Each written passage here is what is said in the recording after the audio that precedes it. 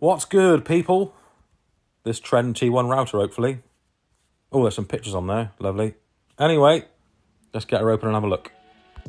Right, firstly, it comes in this sexy little bag. Look at that. And what have we got here? You know what we do with them, don't you? A box of goodies. So we've got an extraction fitting for the dust extraction. Very nice. An edge guide, very handy. And some pretty sharp burrs on there. Knock them off of the file later on. And a Spaniard, always handy. One centering cone, so that's always good for repeatability. Nice they've given us one of them. And there's also little pockets inside the bag to put all your stuff in. Your on-off is done by a rocker switch under one of those weatherproof covers, which is like a game of try and find the switch. And rotary switch here for the speed. Speed settings 1 to 6. Nice thumb screw on the side for setting your depth of cut.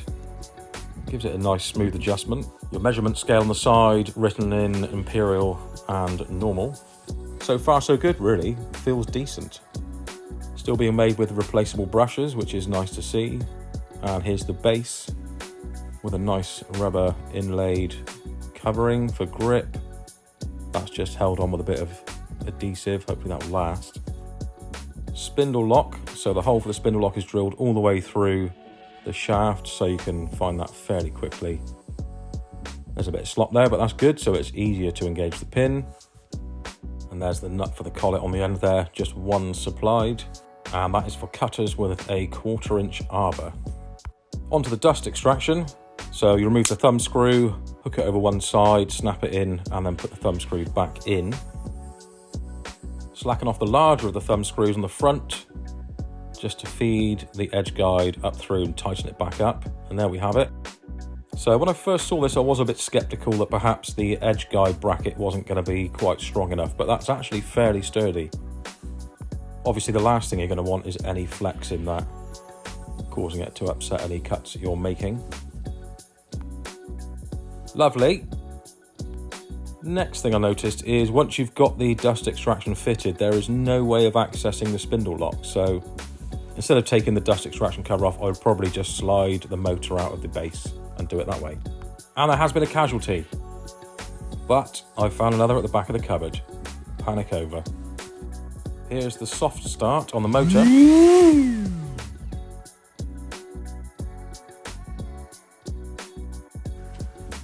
And keeping the habit of unplugging things before swapping cutters and so on, I'm going to pop a rounding over bit in now and give it a quick spin on a piece of old timber.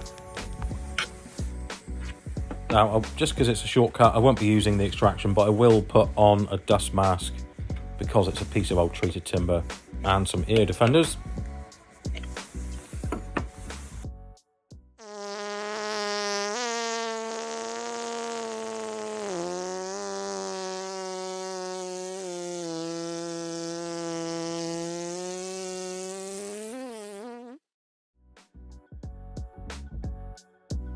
And I would say that's good.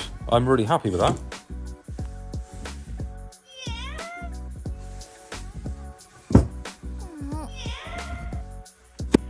One thing I had noticed is with the lock thrown over to hold the base to the body, it does have a small bit of movement. So all I've done is just slackened it off and then given the nut a 1/4 of a turn, and that's enough to hold it tight. The last thing you want is that moving around when you're working. So there's only really one thing I don't like about this Trend router, and that's probably the power lead. So this has got that hard PVC covering on the flex, which makes it kink. It doesn't want to straighten out. It has a horrible memory to it. With the likes of Makita, they have that rubber covered cabling, which is quite heavy. You can take it out of the box, the cabling will flop down.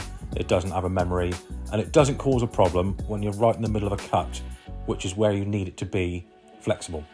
However, for the price and the fact that I don't do this for a living, it's more of a hobby and jobs that I do at home. If I wanted to spend more money, I could get myself a cordless one. But for what I need, this fits the bill, and I'm happy with it. It seems to be good, and I can see myself using it more than I'd anticipated. So if you're a DIY person like me, then get your purse out and treat yourself.